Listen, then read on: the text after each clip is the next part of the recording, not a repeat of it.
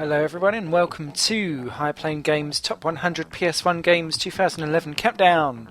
We're here looking at 100 down to 51. Thank you everyone for voting. You voted in your tens, I suppose, and 171 games were voted on. Oh, look at that little controller, pre-analog stick. So, number 100, we're going to start off with Jet Moto 2. Just as to start off with a game I have no clue about because unfortunately I've never played it. But I'm sure it's perfectly good and it receives love. But number 9, we've played Rayman. Who's pumped for Rayman Origins coming out next week? Can't wait for that. But I remember this game very well because it was hard as nails, and when you got to the very end, it kind of went, oh, by the way, you've got to collect all this scrap, and then you've got to go all the way through and go again. Xena? Who voted on Xena? Number 98. Warrior Princess. She looks like she's constipated in that photo. But yeah, it could be a good game. I've not played it personally, but I have my doubts. 97, Bushido Blade. That's a series that needs to make a comeback, I think. Square too busy RPGing it up. But this was quite a decent enough fighter. Maybe to want a sequel. Big swords. How can they ruin it? 96, Tomb Raider The Last Revelation. Now I voted for this because this for me was the second best Tomb Raider after the original. Purely because it was set all in one setting, good storyline, really went back to the core of why we liked Tomb Raider. And big thumbs up for that. Gex Enter the Gecko, 95. Now this has just recently come out on the PlayStation Network store, hasn't it? Again, Crystal Dynamics showing exactly why they are good platform game makers. And yeah, good stuff. 94. Theme Hospital. See, back in the days when tycoon games weren't completely bloating the genre. And talking of bloating, Bloaty Head. Who remembers that? Putting people in electrolysis. That kept me going. Vigilante 8, Second Defense at 93. Now, I have to say I've not played any of the Vigilante 8 games. Either of them. But both of them charted. So they can't have been that bad. I might have to go and pick them up. Shadow Madness at 92. A bit of a kind of underrated game, to be fair. Spread over 2 discs if I remember rightly as well. I might be wrong. But yeah, very competent RPG. Rayman 2, The Great Escape in 91. I felt that this game was a little bit ignored, but actually it's charted quite nicely at 91 because it took Rayman into 3D, but yet everyone seems to remember Rayman 3 as being the big step forward. Sheepdog and Wolf. I'm glad people voted for this into number 90 because it was a great game. Came out right at the end of the PlayStation 1's life cycle, and I think a lot of people had already deserted the PlayStation at this point. And it was really the last big game that I remember going nuts for. 89, Colony Wars Vengeance. Great game. I've only played the demo because although I've ordered it twice through Tinternet, it's never arrived at my door, so the postman has got 2 copies up probably on eBay somewhere. 88, Street Fighter X plus Alpha Deuce 123 XZY. Nice to know that Street Fighter all the way back then still released exactly the same game with a couple of updates and just stuck a couple of extra letters on the end. 87, the original Vigilante 8. I'm sure is lovely. Got nothing to say about that one, I'm afraid. Never mind. Next. 86, Pandemonium 2.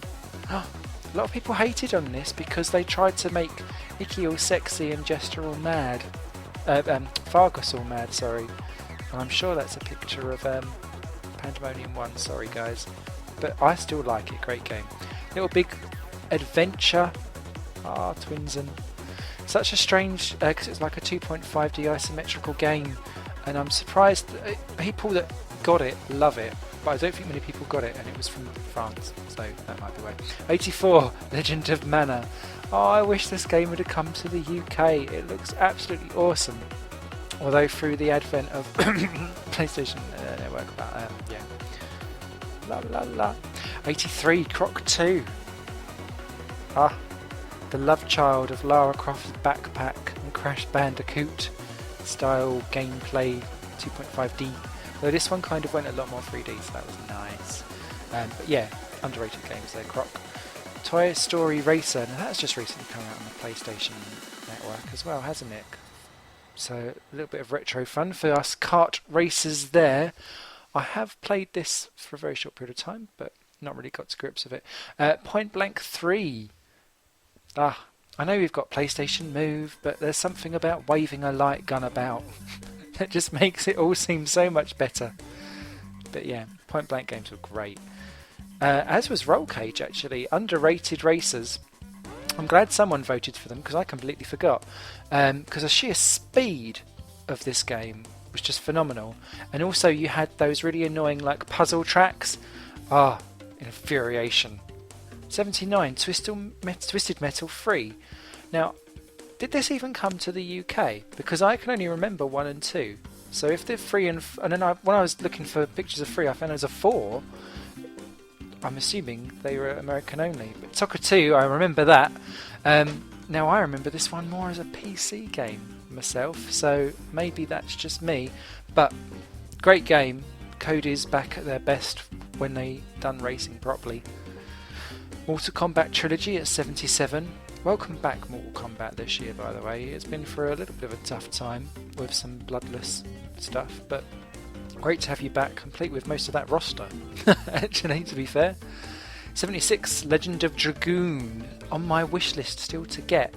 Seems to be a Marmite RPG because people either swear by it or just want to set the game on fire. There doesn't seem to be a middle ground, but I did buy the soundtrack from Japan. I did like that. So, awesome vocal theme. 75, Alundra, kind of PlayStation's answer to Zelda. I'm surprised this didn't chart higher because I hear a lot of people banging on about how much they love it. So I was quite surprised to see it in at 75.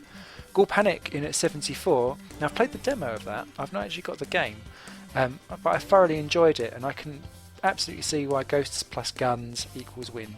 So yeah, thumbs up to the people that voted for that one. Formula 1. I voted for this in at 73. My first PlayStation 1 game.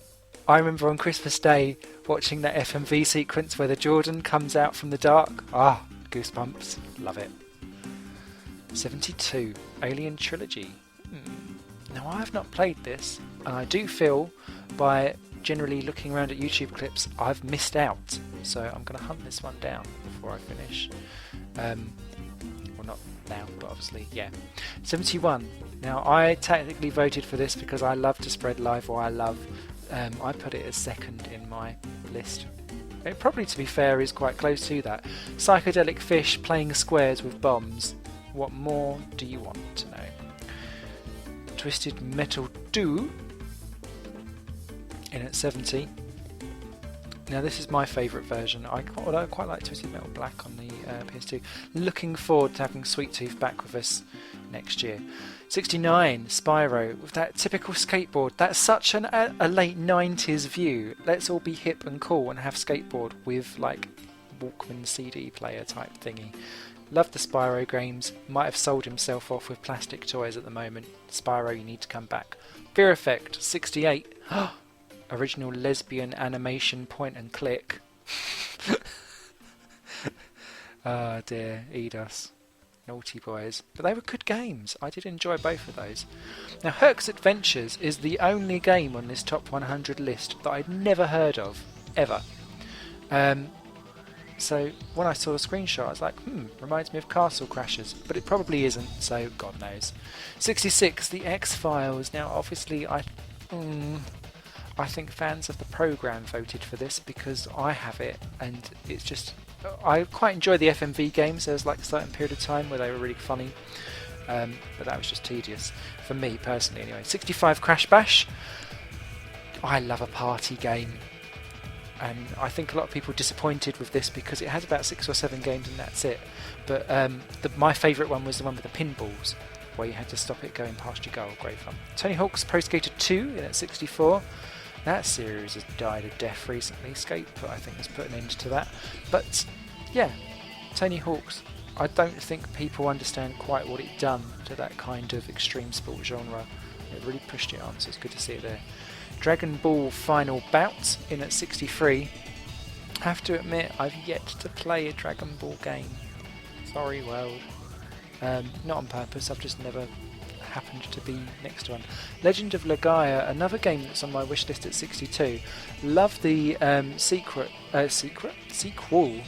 Jewel Saga on the PS2. So if it's anything like that, I will enjoy that thoroughly. Valkyrie Profile on 61. This needs to pop out on the PlayStation Network as an import somewhere along the line. Come on, you know you want to. Looks fantastic, and again, I'm a soundtrack collector, and I love the soundtrack from that. 60 Medieval, Dan Fortescue. This game made me buy my first PlayStation 1 magazine, and although it's very linear, it's got great story and concept and just general feel of it, overall atmosphere. 59 Worms Pinball. Now this was... Every list has one of those scratch, chin and head moment looking rather befuddled at the same time. This was that one. Quite how this charted so highly, I don't know. There wasn't many pinball games though on the PS1, so that might be why. FIFA 98. Now most of the FIFA games actually did receive votes, but I think this might be the only one that actually makes it into the top 100, strangely. Bad football. 57, Micro Machines V3, another one I voted for. 8-player action sharing controllers, wanting to rip each other's heads off. What more do you need to know? 56, Blood Omen, Legacy of Kain. Soul Reaver needs to make a comeback, doesn't it? Really? Great game. Great game. Thumbs up. Can't really say much more about that. Ace Combat, that's another series that's just popped back, hasn't it? Obviously PlayStation visuals aren't going to quite match up to what we've got going on these days with beautiful sunsets and so on, but I'm sure the core gameplay is pretty much the same. Galarian's in at 54.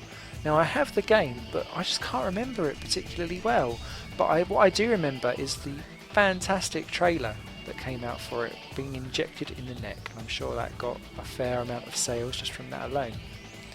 Another series that's made a comeback recently, maybe this is kind of the 10-year cycle or 15-year cycle that games do with series, is Warhammer in at 53.